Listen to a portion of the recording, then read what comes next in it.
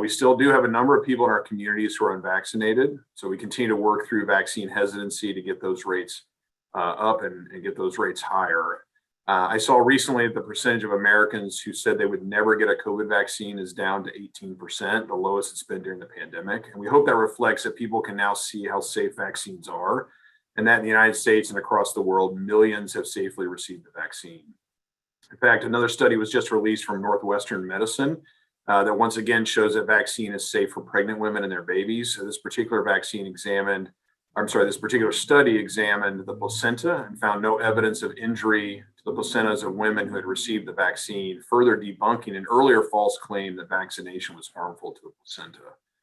So we're seeing with time even more evidence that backs up the safety and efficacy of vaccines. So we'll continue to work to address hesitancy and those concerns every day to help get more people comfortable with vaccine. We continue to move vaccine into our physician offices. We have vaccine in roughly 18 total physician offices now, and 10 to 15 more are going live every 2 weeks. Vaccine hesitancy can be addressed there much more effectively in many ways than using mass media or large vaccination sites as tools, because patients, they trust the advice of their personal physicians who can very effectively address concerns or questions. And it's that personal touch that really makes a difference. And I've seen that in my own practice. Individuals come in adamantly opposed to vaccination. After addressing each of their concerns, they're willing to get it. There's so much information and misinformation that's been moved around the internet. Some patients just throw up their hands and say, I don't know what to believe in all of this. But that one-on-one conversation addressing concerns with a provider really makes a world of difference. Anticipating a widespread spike, but I would anticipate pockets, right? So we're in this phase now where rather than huge community-wide activity, we're seeing COVID activity in particular parts of our communities. So if they were events that people got together over the weekend and those individuals weren't vaccinated, we would expect some cases to develop there. Enough people are vaccinated now, particularly in older age groups. Hopefully that won't be a major issue. So rather than, again, wide community spread, we'll probably see pockets in places where vaccination rates are lower, or in age groups where vaccinations are lower. We'll still see some of that. I don't anticipate we'll see a huge push in testing post-holiday weekend. The testing is certainly available and we'll provide that service, but I'm not anticipating that. Right now in our Charlotte market, we're about at 3% of our tests are positive, which is real similar to the state average, which I think was 3.1% this morning.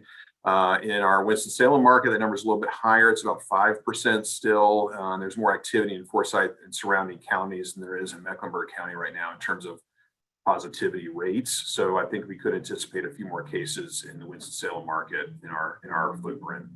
I mean, it's a good question, and you try to meet people where they are. I'm just speaking as a physician. I'll give you an example. I saw someone in the last couple of weeks in my office who came in and was very adamantly opposed to vaccination, and that they were not in the office for that reason. But at all visits at the end, I say, have you had your COVID vaccine? And they were very adamantly opposed to it. And I just said, tell me about that. It's sometimes you just got to meet people where they are and try to understand where they're coming from, which we need to do in medicine for everything.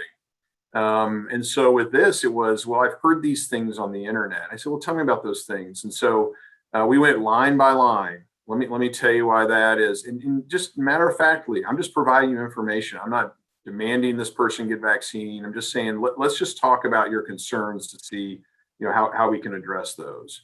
We went line by line, and I said, that's not really true. I know that floats around. Let me tell you how the vaccine works. And, people aren't dumb, and they have to make their own personal decisions about it. And at the end, I just said, hey, if you decide you want to get vaccinated, all you got to do is drive over to our location at the Sears building at Haynes Mall, and you can just walk in there and get a vaccine. And she said, you've given me a lot to think about. And I said, well, good. And then later in the day, I went to do her note in the chart, and I saw she'd already been to Sears and gotten her dose.